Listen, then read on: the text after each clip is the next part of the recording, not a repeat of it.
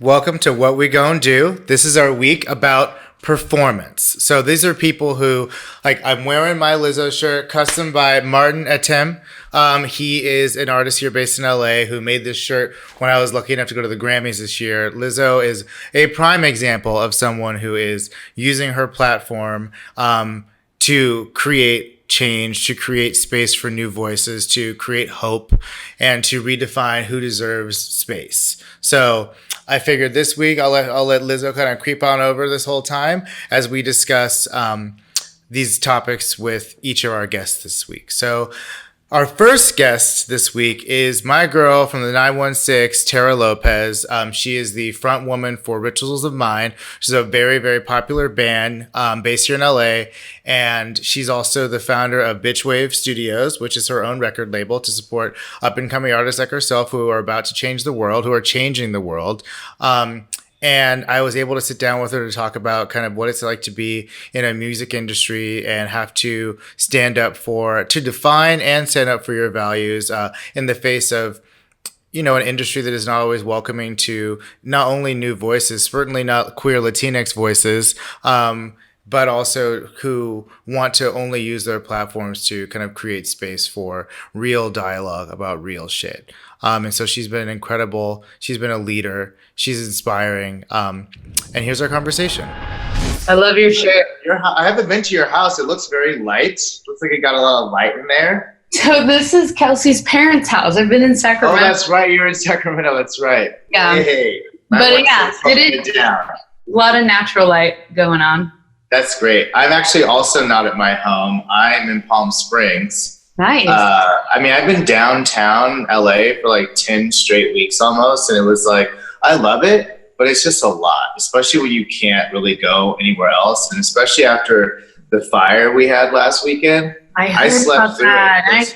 That looks so intense. I guess it was intense, but literally like I had done a hike that day. So I had actually gone out and I wake up after one of those 5 to 7:30 naps. And I was like, oh, what are all these calls about? Oh, my neighbor's sending me pictures of this fire. I was like, oh, I guess I'm sleeping through fires in downtown now. That's fucking great. Oh my God. I'm so prepared. So when my buddy was like, do you want to come to Palm Springs for the week? I was like, yes. Yeah, oh my God. Good friend to have. That's amazing. It's nice. How is it up there? It's good. I mean, it's chill, very quiet. I'm in the suburbs and very different from LA, that's for sure. I'll bet. Yeah, it's definitely different than Highland Park and everywhere else. It's like, yeah, it's a lot. Well, thank you for appearing on our episode of What We Gon' Do. It's always a pleasure to talk to you. Oh, thank you. Likewise. And this week we're talking to people who are performers, people who are using their voices to create platforms for change, whether that be, performance art, music, events, things that just really engage people with their platform. And I was like, who can I invite on this week? I was like, I have just the lady. Well, thank you. You've done such a great job, not only just kind of like obviously using your beautiful and like very powerful literal voice in many ways that you can kind of expand upon, but also just kind of carving out a lane for people who need representation, who need to be at the center of like whatever the future of this ridiculous country is, like we need more Terras, less who's there now. I think we can agree on that. So just for people who may not be as familiar, just Terra, who are you and kind of what how are you using your voice and how do people find you? Yeah, my name is Terra Lopez. I sing in a project called Rituals of Mind. I also am, I'm an activist. I'm very, very passionate about social justice issues, LGBTQ issues, civil rights issues, immigrant issues, like everything, really. I just feel like my goal has always been to use any platform I get to help other people and to help those who maybe don't either can't use their voice for some reason or don't feel like they, have a reach. And so that's just always been my goal with anything I do. How has that set you apart in your industry? I mean, specifically now talking about music. I mean, it seems like a lot of people nowadays are seeing the advantage of having kind of opinion about politics and things like that. It's not always been that way. Kind of like, what were some early on reactions to using your platform like that? Has it changed? I think from the beginning, as long as I can remember, I've always kind of embedded activism with my music. And so that's always been kind of the way that our fans saw us, which was amazing. So a lot of support on that end. I have definitely had some backlash or confused looks, working with a major label at times. They didn't quite understand, no, you're not going to separate the two. This is who I am, take it or leave it. But for the most part, they got on board. Everyone's gotten on board. And now, especially now that it is kind of more of the trend to speak up and use your platform. So, which, it is what it is. I don't think it's a bad thing, but yeah, it was definitely a little interesting being one of the few at first. Sure. And I think it's also an evolution for the audience, right? I mean, I think a lot of people, especially you see in entertainment now, I mean, this also kind of extends to athletes. It's stay in your lane, we're here to have fun and have a concert, not talk about oppression and misogyny and da-da-da. So I guess part of it is being who you are from the beginning. So the audience you cultivate is actually on board with that from the beginning. And it's also being well, you can't have one without the other. You don't get to just have your I forget what's going on in the world time when you're around me at my expense, Right. I think it's so important, especially, if you're a mega superstar, you have the ability to reach so many people with your voice and maybe educate people who normally wouldn't care, but because of your influence, they'll look into an issue. And so I just think whether your platform is massive or if it's developing like mine is, I think it's so important.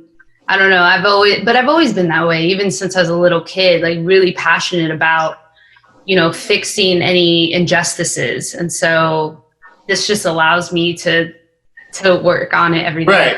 And when did you know that? Because there's a lot of ways to make change. You can be, a policy person. You can kind of create just visual art. I know you do that as well.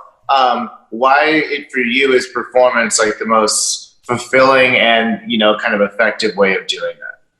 Yeah, so performance, I feel not only is it very therapeutic for me, I feel with my honesty and vulnerability, it then makes the listener or audience member give that energy back, and it makes them become honest and vulnerable with themselves. I feel right now performance is definitely my focus, but I definitely see I don't know, maybe diving into politics later on in my future, or ramping it up a bit and using various mediums. But right now I feel performance gets people to listen, which is, I felt for such a long time, my voice was never heard.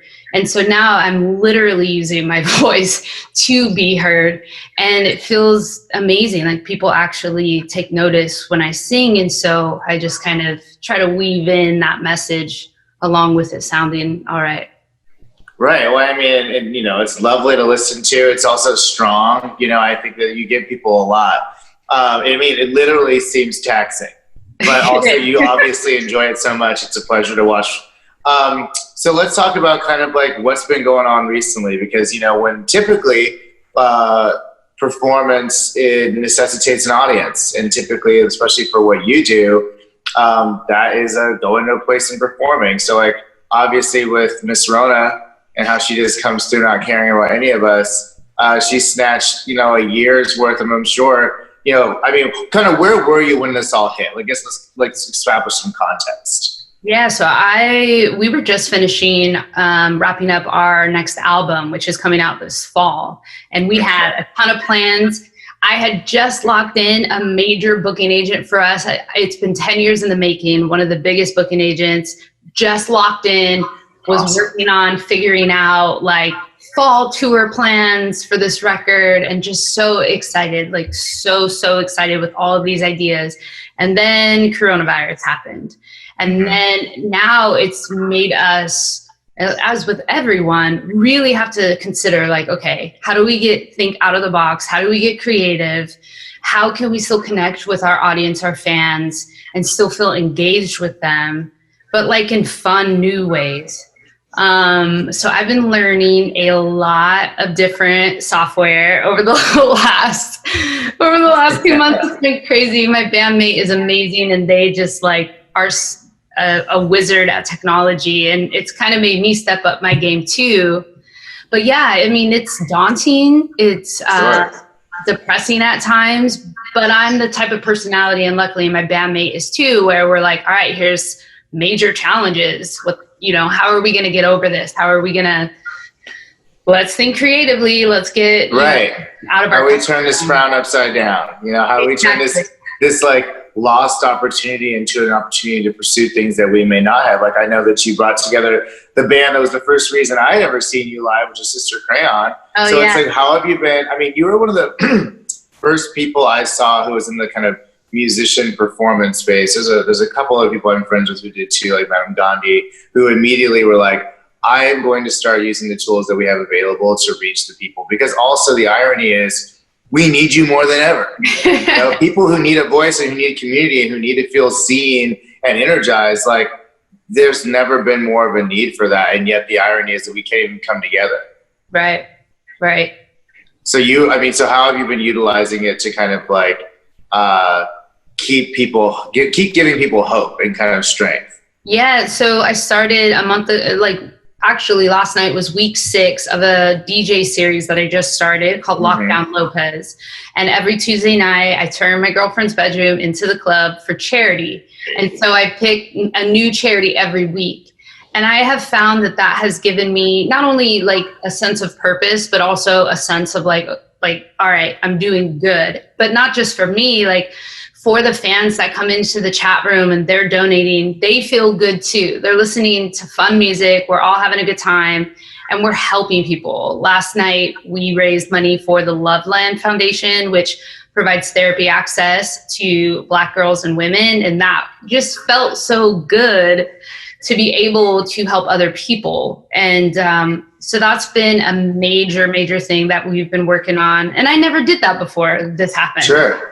I never did like online DJ sets, and we got the band back together after like, I don't even know how many years that was. We're working on so much, like live streams.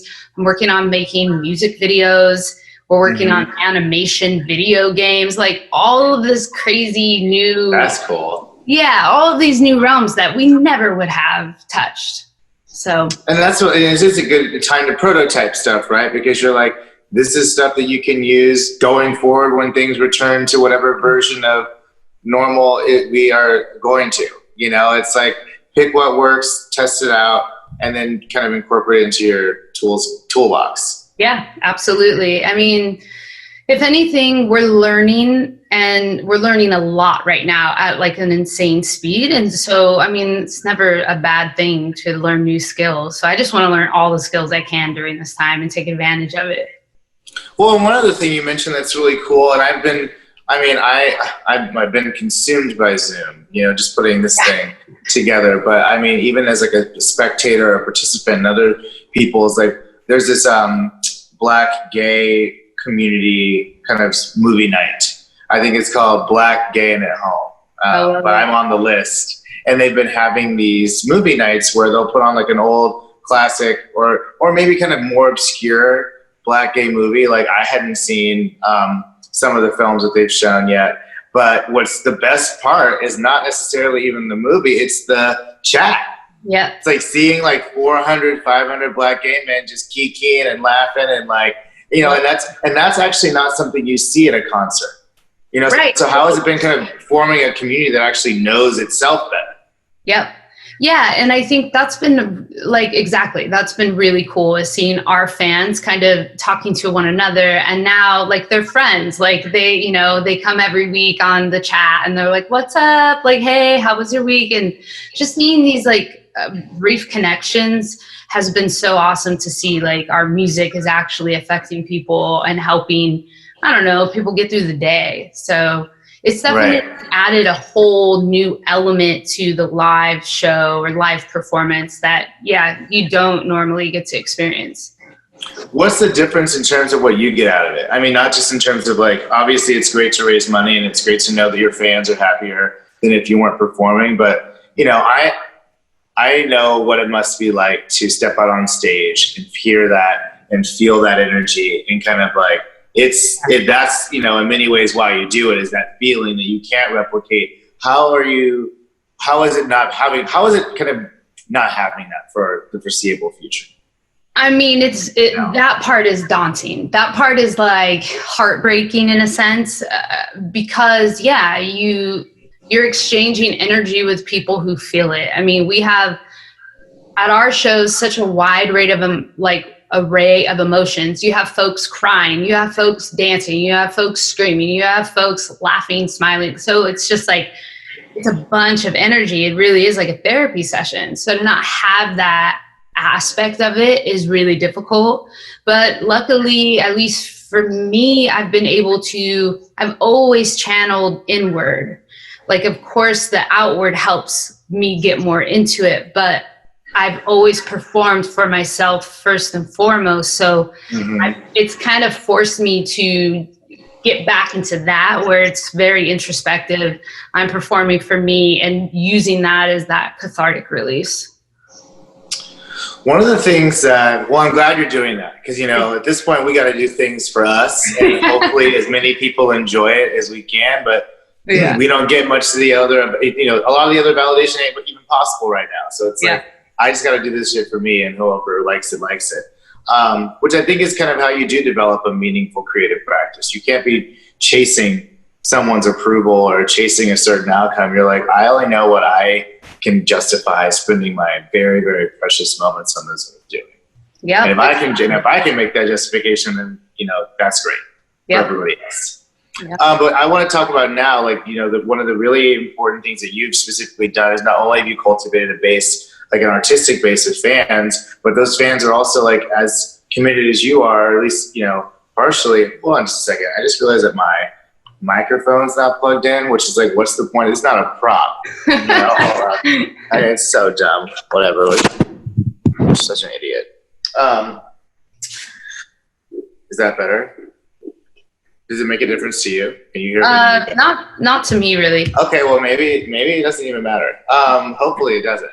But one of the things that's been really hard about this time, obviously, is like the devastation that has been wrought and all of the kind of inequality and abuse and just terribleness that has been impossible to hide from any longer. Yeah. You know, everything that you've already been probably saying is a problem, whether you're a woman or a person of color or a trans person or a queer person or an immigrant or whatever, like all that masks off, you know? Yeah. And so how has it been, like, what about that side of your work? You know, besides kind of using your platform to raise money, like how has been seeing first of all, what's it felt like to see this world this way? You know, even separate from all your music. I mean, it's been difficult, but at the same time, like you were saying, like nothing's really changed. It's just now, as a larger society, people are being forced to understand that this is how we have been living. These are the disparities that can no longer be denied. And so for me, I actually am still clinging to the hope that because this is finally unmasked and everything is out on the table, all of the inequalities, I'm really, really hoping that we as a society do not go back to where we were. Like, we can't. Our new norm has to implement some drastic changes towards equality, towards, you know, like even in the playing field, I feel. So that's kind of where I've been, and that's what's been able to keep me motivated to continue creating, to create new art, to finish this album and get it ready to go. Is I'm ready for, and I think a lot of people are ready for this society to change drastically. Like, I want some big changes to happen. Right, and I think that's. So, you know, as you begin, I think there's a lot of audience education that goes into it. Like, 'cause some people will be, queer identified or Latinx or whatever it is that makes them feel like they're already on the same page. But a lot of people aren't being. So you do a lot of, you're doing a lot of kind of awareness building about issues. Now that the entire world, or at least hopefully a much bigger portion of the world is more aware, like, and you don't have to do that. Like, how does that let you, kind of envision how much further you can push them? It's not just being aware, y'all, now. It's about doing shit about this awareness. Exactly. How does that factor into your plans? What can you do now with the much more woke audience? Right, totally. I was going to say there's so much potential now. I feel like always leading by example is the way to go. So if I'm asking people and folks to take action in their own communities, I got to be doing that too. And so for me, I'm going to start working with my community first and foremost and seeing like, what can I provide? What can I give to my communities to help?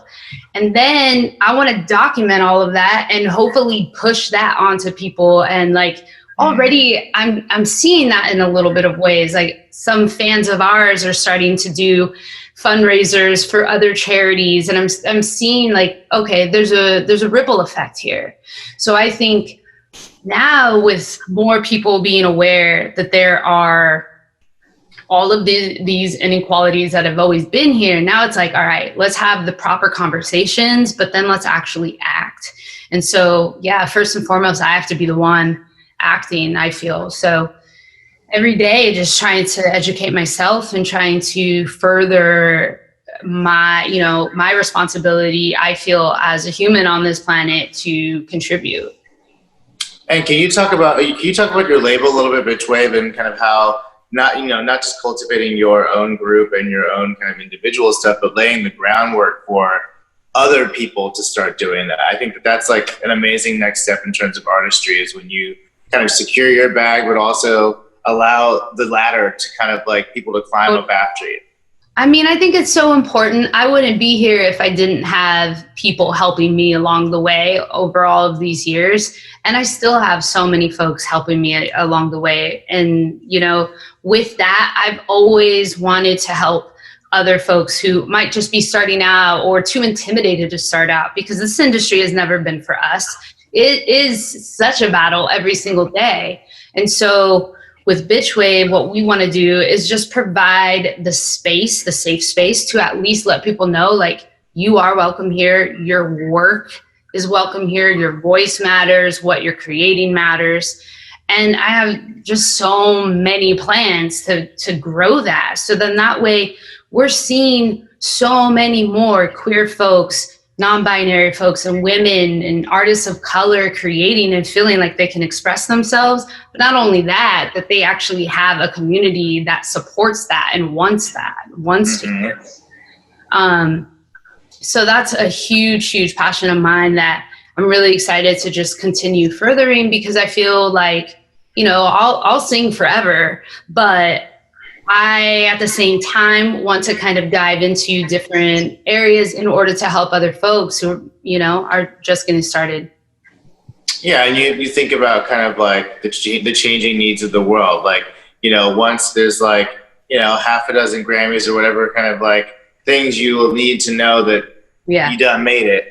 You're like, I don't necessarily need to be grinding on stage every night. I can do that when it really counts, and I can be offering my expertise and experience up, or make something more visible just by going to a place. I mean, that must be, that's an encouraging future to imagine. But I think, like, how do you think we are going to get out of this crisis? I mean, not just Corona, obviously, but how it's so many things seem so insurmountable. And like the kind of people who I am featuring this week are people who, like, they at least believe that they themselves, even if it's just them, can make a difference. And I think that that's huge, because that's all you can really do. You're like, I ain't going to use whatever I got to make a fucking difference. If that's it, then that's it.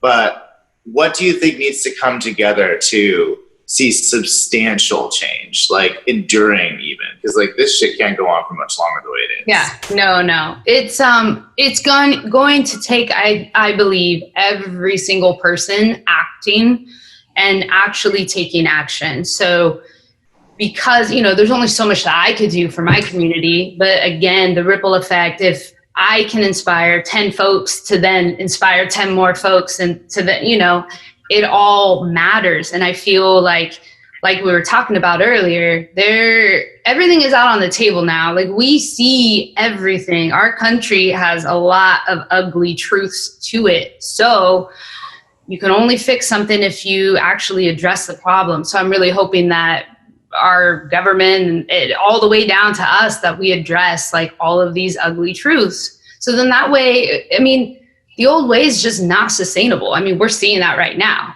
Like, it is insane. So there has to be a dramatic shift, a dramatic change. And something I've been really thinking about is active hope, which is the difference between just hoping something's going to change and actually being proactive about that hope. And that's what I'm making a change. Yeah. And that's what I'm really big on right now, is just, you know, not only practicing active hope, but, you know, trying to share that with people as much as possible. Because great. Well, I'm glad you shared that for us today. That's the best concept. Because it's like, yeah, you can sit around and be like, hope is great. It's like, but hopes with results that I have some agency over, like, that's way better. And then in your own industry, like, I can like think of very few industries that were impacted as immediately as the music or kind of performance space, because venues all closed, so you can't perform. You know, it's like a lot of the people who I know who are in music, or, you know, even maybe acting in terms of that type of performance, like, they can't pick up a gig at a restaurant. Yeah. You know, like, the economic can you give us a sense for people who are not in your lane, like, what has the economic fallout been for people?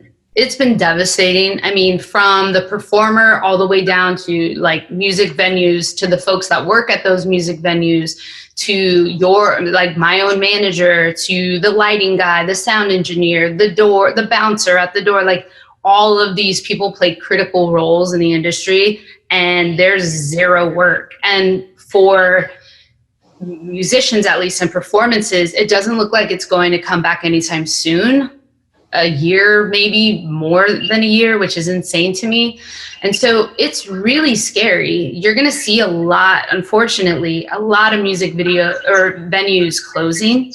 You're going to see a lot of artists maybe not being artists anymore. And that's the thing that really gets me down, is when I think about that. Like, the first week of coronavirus, I did a panel with LGBTQ artists, and we were just kind of talking about our anxieties and, like, you know, let's put our resources together and see if we can help each other. And the overall, you know, what everyone was saying was, I don't know if I'm going to be able to sustain for a year of not doing this, financially, emotionally, mentally.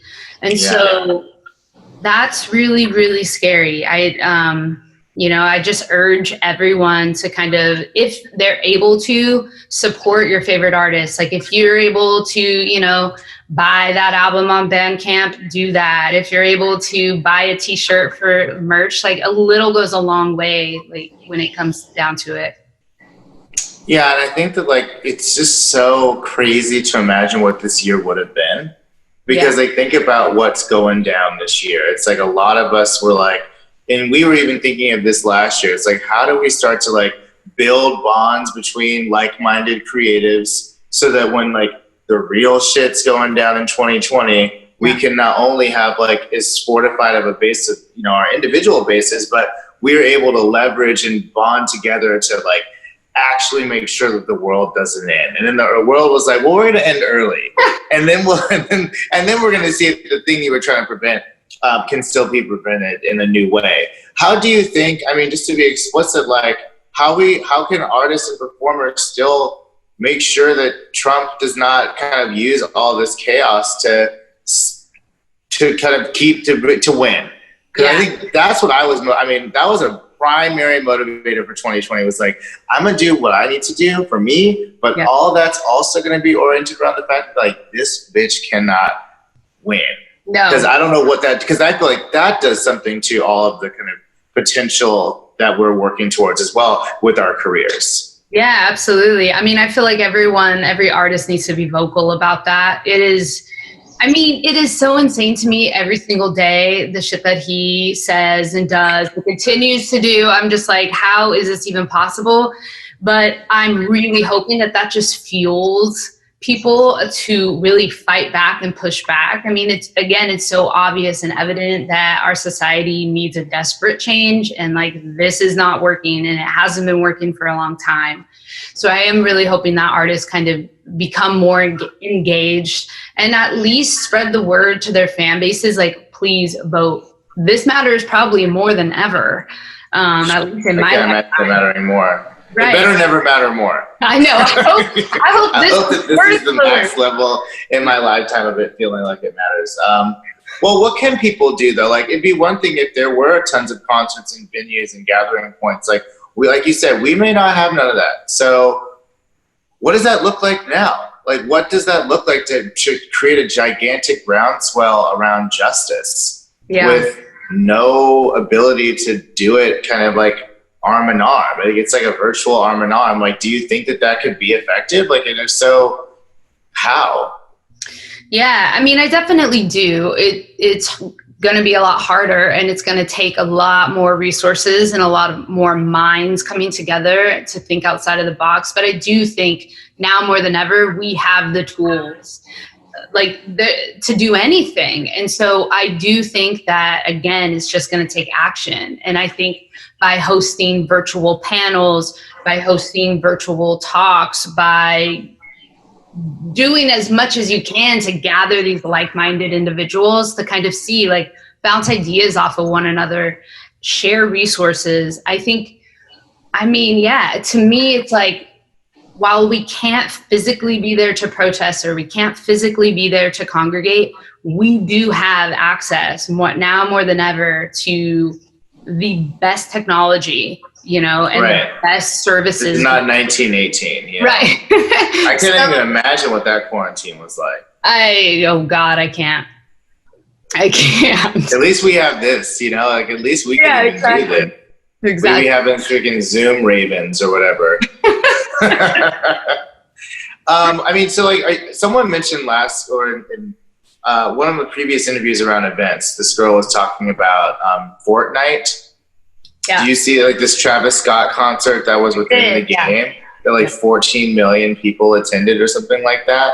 Sure. Like, I don't know kind of like what your familiarities with that venue or kind of like that platform, but that seems like a place, because like one of the things is, I don't care what kind of awesome venue you're talking about for music, even if it's an arena, it's only it's 100,000 people max. Yeah. We need to be actually motivating millions and millions and millions of people. And so I think that there's no venues for that. So I think that if we are, the one advantage of the internet is that it's limitless. And so you can have a 14 million person concert that people actually physically feel like they're in, not just that we're watching on some kind of live aid.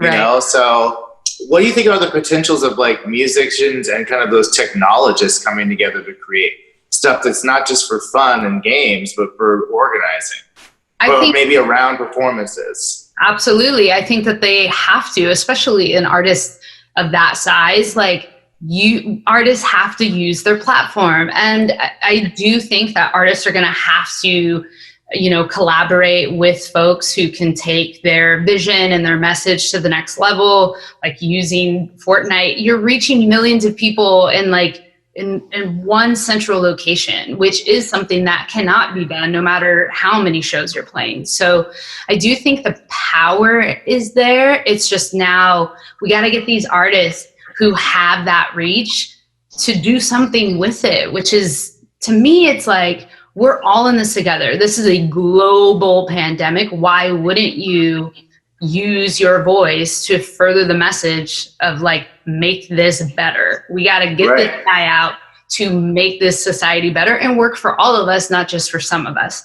So I think, hopefully artists will kind of come around and start using their voice, especially, November's coming up. So it's truly 6 months away, if not less somehow. I mean, it's less than 6 months till the election, but, and what happens, and I've had to think this through for my own kind of like mental stability practices, because I'm like, there is a chance that like all this work we do, you know, the metric, I mean, it's not successful. Like we don't get, you know, he is reelected and we're now figuring out how to go on tours in a world where there's 4 more years to this guy, and the types of people he emboldens and the kind of rhetoric and vitriol that will be kind of more and more commonplace. It's like, what role do performers like you have in that world, you know, where it's like even more bleak than now?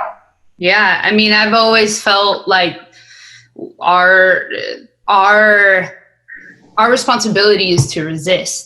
And so my immediate focus would be to resist and protest in any way that I can, whether it's physically, whether it's virtually, whether it's with my music or with actually getting into politics that, you know, at that point. And this has definitely gotten me a lot more. It's always, politics have always been on my periphery, but it's always been like, well, I'm doing this now. But now that I, you know, am seeing just as this continues and everything is just getting more bleak, I think we have to change our communities. We're the ones who knows our communities best. And so I'll do it by any means. I mean, if it's like, is it better me than them? You know, I've had a few conversations with artists like this, though. It's like, you know, envisioning a world run by artists is very difficult because you associate artists with people who like to sleep in or like, you know, like to do their own thing or kind of prickly or whatever. It's like, they actually are the ones who care about people. The people who currently are attracted to politics, some of them, you know, we interviewed Morgan, who I think is genuinely motivated by helping out, but a lot of people are motivated just by like more selfish aims. Totally. And so I think that like, you know, if the best way for us forward is for artists to be like, I'm just going to make this sacrifice and do it myself. Cause like we are so used to doing whatever it takes with very little resources, with very little. That's what I was going to say. Artists have for the longest time, for always, has been able to do the most with the least amount of resources. And I feel like artists are also always on the cusp of innovation. Like we're always ahead of the game in so many ways. So I don't think that this is far too outlandish of a thought, to be quite honest.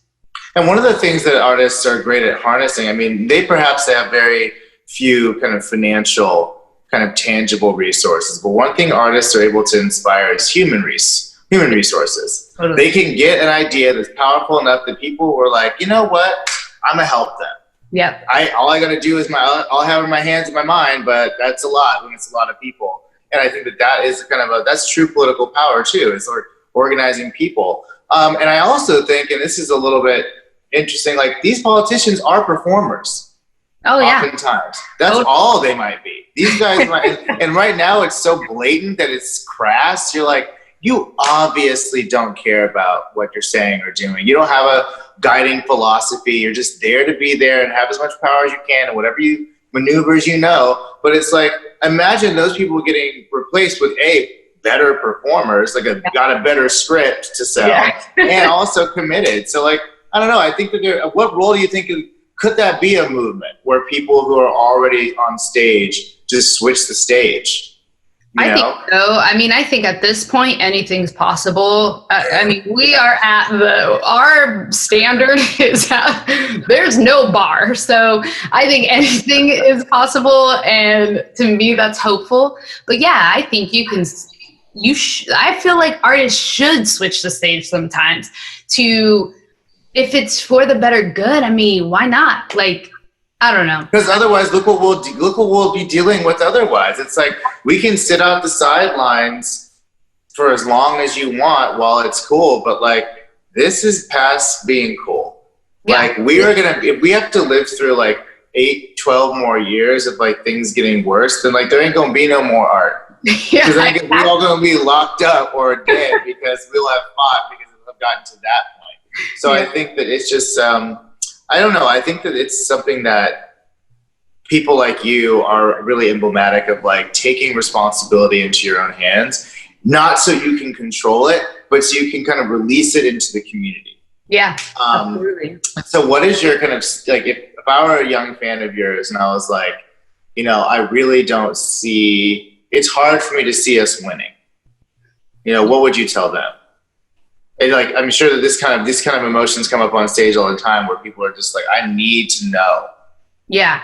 I mean, that is one, I would say, I feel you, like it is hard to see us winning. I'm not going to deny that. But I am, for whatever reason, the type of person where I channel that and use that as fuel. And I am obsessed with getting all of us to win. Like, that is my goal. That is my fuel. And so I would just, tell someone to continue to fight and to channel that, and to also collaborate with like-minded folks who are on the same page as you as well, to continue to fight. Because I do feel like, again, active hope is a real thing. And I do feel that we need that more than ever. Like, we need to act more than ever. And so I'm not the type of person to just like lay down and be like, all right, we lost. I'll never be that person. For better or for worse, I never will. And so I would hope that anyone that's a fan of mine would be the same way. Well, that is indeed the situation. So where can we find you? Obviously you're very active. I want you to give me all your plugs, because I know you got them and people will need them. Thank you. Yes, Rituals of Mine. That's MINE. A lot of people think I say that mind, but MINE, Rituals of Mine, is on Instagram, Facebook, Twitter, YouTube, under Spotify, under Rituals of Mine. And then my personal is just Terra Lopez, TERRA Lopez, Instagram, Facebook as well. And what's going to go down with this album? Obviously, we're releasing new music next month, so we're just going to go forward with it. So in June. Yeah, end of June, we're going to release some new music. The album, I can't quite say when it's coming out, but it will be out in fall. And we're just continuing to work every single day on new ways as to how are we going to get this music out there, and how are we going to connect with our fans. So literally every day we're just working on new ideas. I didn't ask this earlier, but I am curious, because now we're dealing with kind of uneven restrictions across the country. Right. So maybe you can't perform in LA, but maybe in a couple months you can perform in Sacramento, and right now you can perform in Georgia and Texas potentially in some of these places. How is that affecting kind of what the talent landscape? Are you seeing people who are well, I'm just gonna have to just tour around Texas, or are people still kind of I don't know what they're doing over there, but I'm just gonna act like we're all quarantined?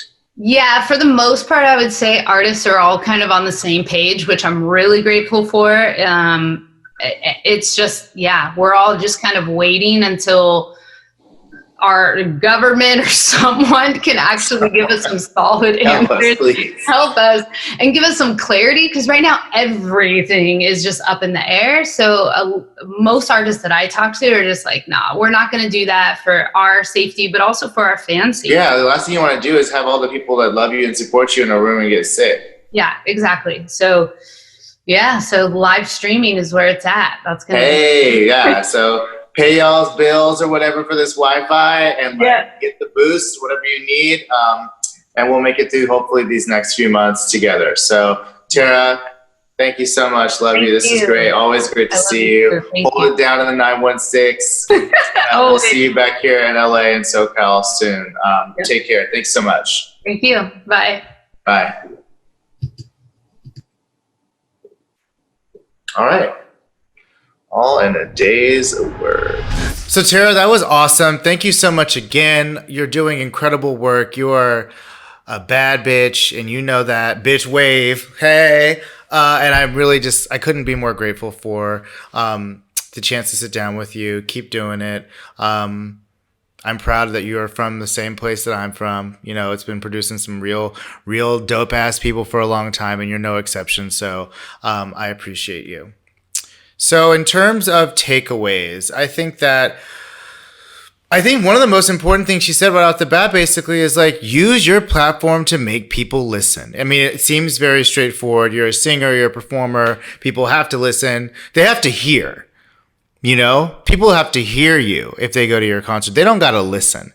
And the thing about listening is that it inspires you to kind of absorb it into your own psyche and your own kind of rubric of operations and feelings and actions, you know, because, you know, what you hear becomes how you feel becomes how you act, and how you act becomes your reality. I heard that during a healing session I participated in last week.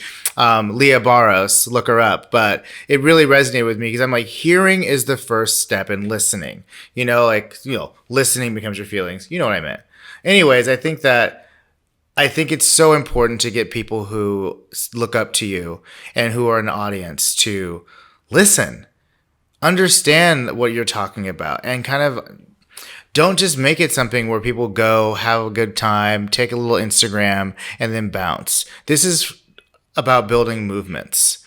And movements are built, you know, not just top down, they're built kind of within each community. And so I think that's my second point is work happens when communities mobilize. So it is so important for the platform you build not to just be to support you and your career and kind of the actions that you want to see happen in the world. This is about empowering a whole group of people who not only are acting as a force as a group, but they're actually connecting with one another. You know, there's all types of little micro organizations within a fan base that can be mobilized for all types of, you know talking about mutual aid. Like imagine like what some of these fan bases could become if they were actually mobilized to do real shit, not just to kind of like do some challenges on TikTok, but actually to change the world. You know, you see someone like Lady Gaga. I don't care what you want to say about her. She is someone who has used a gigantic platform. She just raised like what, $144 million for COVID-19 relief. Like that is more than like a bunch of giant corporations combined. So I think that is just a testament to kind of like when your audiences are listening and when they are feeling like they are a community and they're being leveraged to kind of do something that's really positive that can change something that they all care about because they know everyone there cares about it because they all care about you and that's what you care about. And so that's the next point is like lead by example. These people are looking to you. They're looking to you to see what you wear, what you eat, who you fuck, what you talk about, where you from, who you rep. All those things are a part of being in the public eye and part of being at the top of such a, you know, dynamic and charismatic platform. So if you're about real change and talking about real issues and being vulnerable about how those things have impacted your life and how you've sacrificed to make sure that those things are progressing, that is the example that your audience will absorb, and then they will start doing that shit in whatever kind of minor or major way that they see reflected in your behavior. So I just think it's so important. That's why it's so disappointing why people who know that they have this platform and that people do look up to them are careless with it or act like it's not their responsibility to be responsible with it. I mean, it is a huge disconnect when you're like, look at me, give me your money, give me your kind of enthusiasm, sacrifice to kind of show me you care about me. But also like, I have a personal life and I'll do whatever the fuck I want. And like, there should be no mixing between those two things. It's like, no, it's one and the same. And so I think that like, you know, when people like Terra who like walk the walk, talk the talk, do the do, fundraise the fundraise, whatever you want to call it, it's just so much more inspirational and you're prouder to be a fan. And I think that the last thing I want to talk about is this concept of like kind of active hope. You know, it's one thing just to be like, damn, like, the world would be so much better if it were different. Duh. You know, like everyone can sit at home and just hope. You know, where'd that get us? You know, or where does hope get you when it's not followed up by extremely proactive action? You know, so I think this idea of active hope, like, yeah, I hope that shit's different, but I'm actually going to do everything I can to be a part of that change. So articulating kind of and visualizing what is the world that I want to see and what is my place to make it happen. And I think that the most successful people like Terra are not able to just say like, dream of a world where like sexism and homophobia and kind of racial inequity is no more. And like, here's a song about that. It's like, And here's all the organizations that are sitting in the back waiting for you to sign up, or here's to kind of like create actions with them or join up and give them money. Like, let's create some steps for you so that you can kind of take it from there. And I think that is so powerful and admirable, because that is what it really takes. To get some change done, you need a ton of people. If you have access to a ton of people, get them on it, and don't come out of nowhere. I think that someone like, Terra is extremely effective because that's been a part of her shit since day one. So she's not all of a sudden like shedding some persona and being like, here's what I actually care about, guys. People, in order to be on board, were baked into these values from day one. So it ain't no surprise when Terra comes through and says like, look, this concert, we're raising money for this organization, or like, you know what, we're going to come out with this album. It's going to talk about this shit, and it's going to like play in these places and activate these organizations when we come. I think that it's like so much less work when you kind of know who you are from the beginning. You cultivate fans based on those values, and then you kind of like leverage it when it needs to be leveraged. It doesn't have to happen every day, but it should be a part of your identity and your performance and your audience's perceptions of you. I mean, you look at someone like Taylor Swift. This is not about talking shit about Taylor Swift, but I'm saying she has been someone who's been very reluctant in the past to, I guess my point is, before I go there, it's like you will also, from an artist perspective, benefit so much when people can kind of look to you for that, and you can save a lot of time trying to reinvent yourself. So getting back to Taylor, the reason I bring her up is she just tweeted for the first time at Trump, about his racism and his support of white supremacy, and how he's tweeting things that are kind of trying to incite violence, and how out of pocket and ridiculous and like despicable it is. And she was like, we're beating your ass in November. Long time, should have been long ago that these types of tweets were coming out of Taylor Swift's mouth. But, people make their choices and people have their journeys. So, and now you also see it's the most liked tweet that bitch has ever tweeted. So I commend her for getting on board, better late than never. And I also think that for you artists looking, it's like, if you can bake that shit in from day one, then you can be leveraging it all the time and not kind of having to overcome some, perhaps inaccurate perception of you that you don't give a fuck. So anyway, that was this episode of What We Gonna Do. Again, I'm Tre Borden. Thank you so much, Terra, again, for joining us. And we'll see you next time. Have a great day.